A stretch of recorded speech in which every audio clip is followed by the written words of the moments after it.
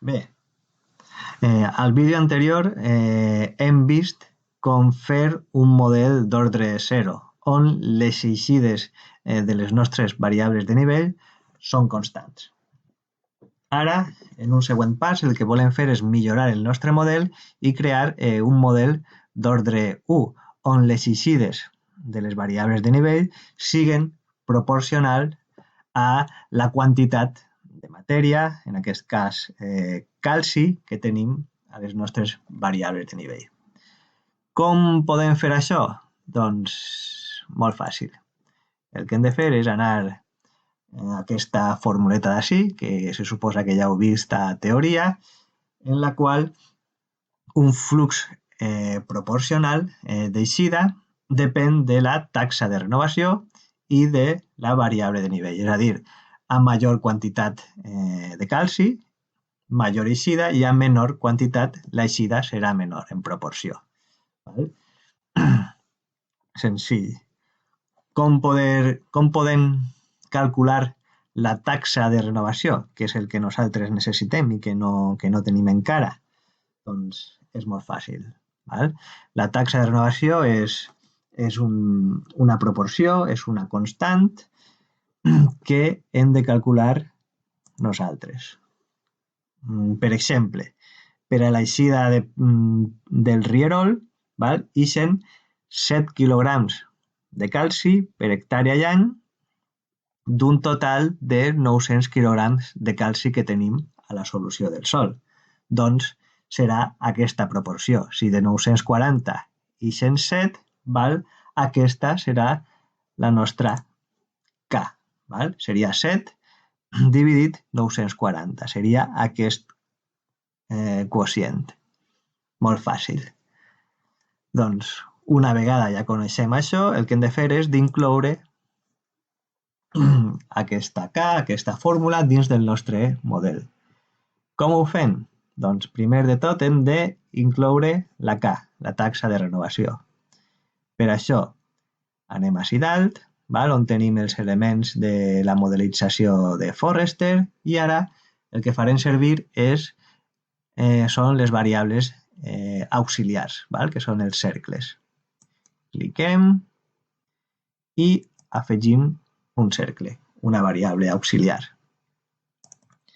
Li posem el nom, per exemple, posem K taxa rierol.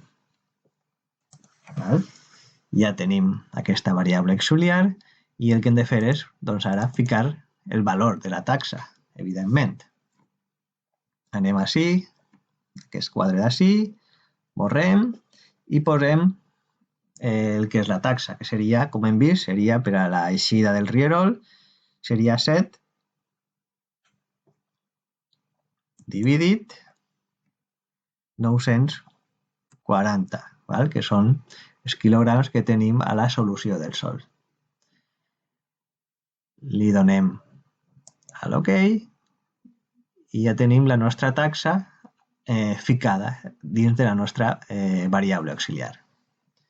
Següent pas, doncs ara el que hem de fer és unir aquests elements per a que la nostra variable de flux d'eixida de rierol puga utilitzar-los. Com ho fem? Doncs anem una altra vegada ací dalt, als elements del diagrama de Forrester i utilitzarem la fletxeta roja. Aquí clicarem, deixarem apretat aquesta icona i agafarem aquesta d'ací baix. Per què? Perquè aquesta fletxeta el que té és que és discontínua, d'acord?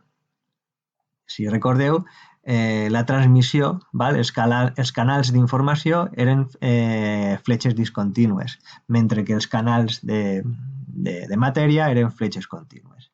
Per tant, és més correcte utilitzar aquestes fletxetes discontínues. Simplement és això.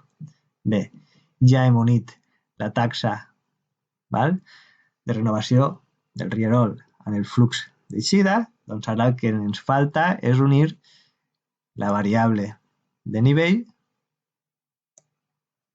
amb la variable de flux. Fem el mateix. Val? Sempre la direcció és de la variable o de la taxa cap a la variable de flux. Val? Veieu que ens ha eixit així un interrogant. Val? Ens demana que especifiquem un poc. Val? Si obrim, fem doble clic i se'ns obri aquesta finestreta de la variable de flux, val? El que hem de fer és incloure aquesta fórmula, val? De flux proporcional. Doncs, molt fàcil. Així dalt, val? Tenim tots els elements que estan connectats a la nostra variable de flux, val? Que són les dos que hem connectat, la variable de nivell i la taxa de renovació del rierol. Doncs, el que hem de fer és clicar i de seguida és així baix, val? Doncs com la fórmula era una multiplicació, posem la taxa de renovació, multipliquem amb aquest així, que és l'asterisc, i posem la variable de nivell de la solució del sol. Fem aquesta multiplicació i li donem a l'OK i ja ho tenim. Val? Ja hem creat un procés d'ordre 1 on l'eixida de calci per el rierol serà proporcional a la quantitat de calci que nosaltres tinguem en aquest moment. Val? Doncs ja sabem com fer processos d'ordre 1 i ara el que heu de fer vosaltres és completar el model amb aquest tipus de processos per a cadascuna de les eixides de les variables de nivell que teniu. Val?